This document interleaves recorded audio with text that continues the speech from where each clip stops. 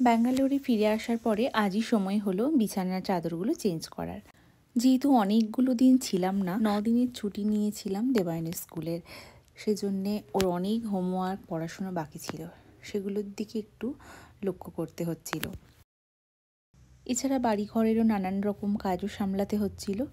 তাই আজকে একেবারেই অনেকটা সময় পেয়েছি, তাই ট্রলি ব্যাগটা একটু খালি করলাম আর প্রত্যেকটা বিছানার চাদরগুলো চেঞ্জ করে দিলাম। যখন দেশের বাড়ি যাওয়ার সময় হয় তখন ট্রলি ব্যাগটা গোছাতে ভীষণ ভালো লাগে, পরিপাটি করে সুন্দর করে গুছিয়ে নিয়ে যাই। কিন্তু আসার সময় না একেবারেই উল্টো, পুরো অগোছালোভাবে। এবার আসার সময় বাড়ি থেকে আমার বেনারসিটা নিয়ে এসেছি, এর ম্যাচিং একটা ব্লাউজ বানাবো ভেবেছি। ভাবলাম যে আলমারিতে শুধু শুধু ফেলে রেখে লাভ নেই, সাথে করে নিয়ে যাই। শাড়িটা একদিন রোদের মধ্যে রাখবো, আর যদি কোনো ওকেশন আসে সেরকম পরার, তাহলে অবশ্যই পরবো। এই শাড়িটা তো আমার হাজব্যান্ড নিয়ে এসেছিলো, এটারও ব্লাউজ ফলস পিকো সব করে নিয়ে চলে এসেছি। দেশের বাড়িতে গেলে না পেন্ডিং থাকা অনেক কাজ পূরণ হয়ে যায়। আমি যখনই বাড়ি যাই আমার সমস্ত শাড়ির ফলস পিকো, শাড়ি যদি কোনো পালিশ করার থাকে বা আয়রন করানোর থাকে, যে কোনো ছোটো মোটো কাজ সব আমার বড়দি করে দেয়। ওর সঙ্গে করে নিয়ে গিয়ে দায়িত্ব নিয়ে দোকানে দিয়ে সব করে সময় মতো আমাদেরকে আবার পাঠিয়ে দেয়। তাই এসব নিয়ে চিন্তা একেবারেই করতে হয় না।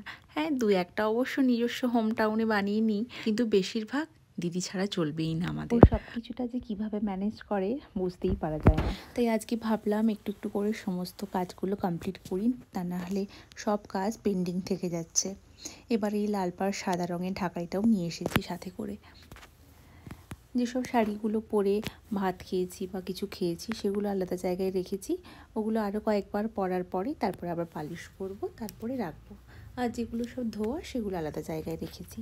এখন আপাতত ট্রলি ব্যাগটা শুধু খালি করতে পেরেছি, পরে আবার একদিন সময় করে এসব জিনিসগুলো আলাদা আলাদাভাবে রাখতে হবে। তারপরে আমার যত সাজগোজের টুকটাক জিনিস সেগুলোও সব নর্মালি রেখে দিলাম।